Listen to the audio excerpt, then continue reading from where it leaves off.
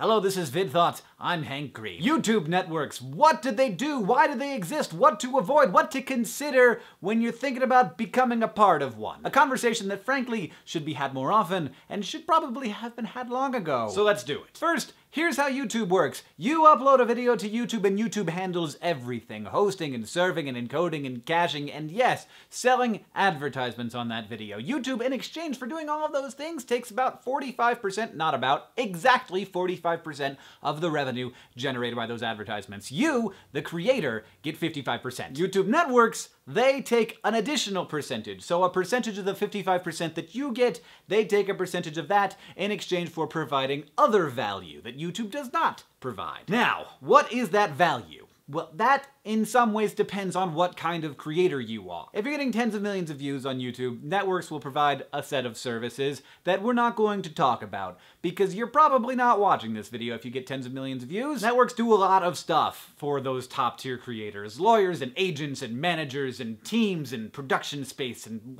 they're very valuable and networks want them on the team. So yes, but that is a separate thing. We're gonna talk about what networks give to like the little guy. Not that little necessarily. You can be making substantial amounts of money on YouTube, but if you're not getting tens of millions of views a month, or even millions of views a month, this is more for you. First, YouTube networks will partner you in exchange for that 30%. And the only real advantage left of being a YouTube partner, I think, and this might have even gone away, there used to be a bunch of other ones, but the only one left, I'm pretty sure, is custom thumbnails. Now, correct me if I am wrong on that. It is possible that everybody has custom thumbnails now, but I'm pretty sure that it's just YouTube partners. Second, this may be even more important, networks will stand in between you and YouTube, providing you support, and also being a kind of weird liability wall. Now, YouTube really doesn't want any copyright violation to be on its shoulders. So YouTube has very weird, indiscriminate, like angry, super, like crazy copyright policy. Video game footage, any kind of music, even if it's royalty-free, like and you've licensed it, that can be really hard to have on a YouTube channel that's like normal YouTube. They will flag you and you won't be able to monetize that. So YouTube networks will stand in between you and YouTube and like accept the liability for your potential copyright infringement, and so your videos will stop getting copyright flags. If you're having problems with copyright flags, then a YouTube network will stop that. Networks might also help with support issues. YouTube support is terrible. If you don't have millions of views a month, no offense, YouTube support people, it's just YouTube decided that it wasn't going to try and scale its support department along with the growth in creators on the site. Networks kind of fill that niche. They kind of provide that support that YouTube doesn't. Third, YouTube networks may raise your ad rate. Now, they often will not because you're giving them a portion of your ad sales, but some YouTube networks do sell advertisements at a higher rate and thus are able to pass those higher rates on to their people. You should note that if a YouTube network sells ads, YouTube still takes the 45% out. So they sell the ads, YouTube still takes its 45%, the network still takes its 30% or whatever it is, and then you get what's left over. But sometimes networks are able to sell at a high enough rate that they're actually able to increase your bottom line. Now, if this is what's being promised to you, you should have a contingency contract that if your CPM goes down, you can cancel in, a year or a month or 2 months or 3 months or 6 months or whatever. Another thing I would say, just as an interjection here, I would never sign a YouTube contract with a YouTube network for more than a year. That's me.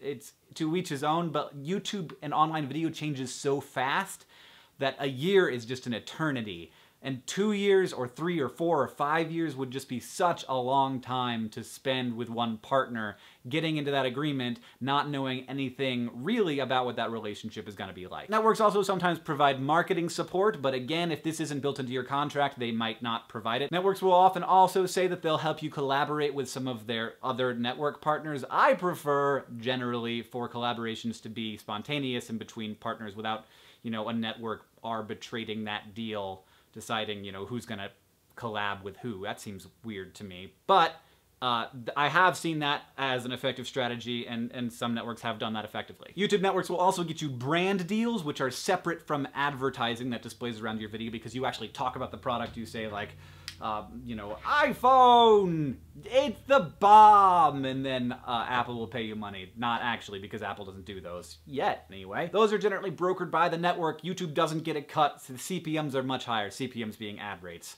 It's cost per thousand, or as I like to say, cost per mousand, because it's CPM. Don't ask. It's stupid. As to the question of whether or not you should join a network, let's break it right down here. You will be paying these people. They are basically your employee. That's what you're doing. You are hiring a YouTube network to provide value for you. You need to understand what that value is when you're getting into that relationship so that you're not disappointed. You need to communicate with the person that you're talking to. Hopefully you are speaking to a person. There are some networks that partner people without ever actually talking. It's like a click process. You need to look at your contract. You need to be specific about what you hope to get out of this relationship, and you need to understand what it is that they will be providing you. As networks are partnering, you know, tens of thousands, literally, of partners. And so the marketing support and that kind of, like, you know, providing people with a, you know, infrastructure is very difficult to scale, and that has not really scaled.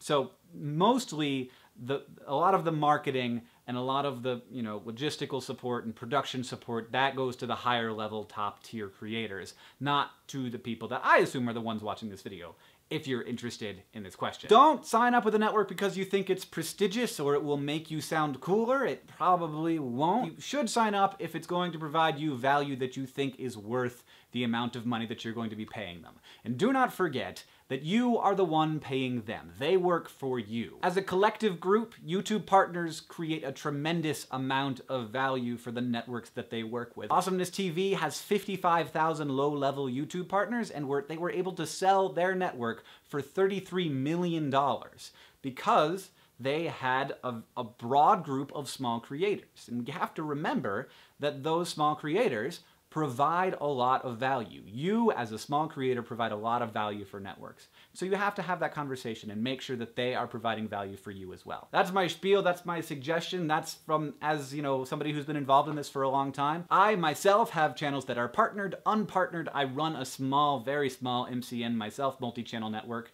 myself that has about 20 channels on it, most of them mine. So I hopefully have some perspective on how this all works. It's really interesting and really cool, and if you're thinking about joining with a network, then I think that's great because it means, one, that you're, you know, actually thinking about it, and two, hopefully that you're doing fairly well on YouTube, and that you're considering it, like, taking, you know, the next step into becoming, you know, taking this more seriously as an endeavor. So if you're doing that, thank you, and if you're doing that, you should also subscribe here at VidThoughts, which is at youtube.com/VidThoughts, to continue learning about this business, because I feel like people aren't talking about it enough, and I'm happy to spend some time doing it every once in a while. So thanks. We'll see you next time.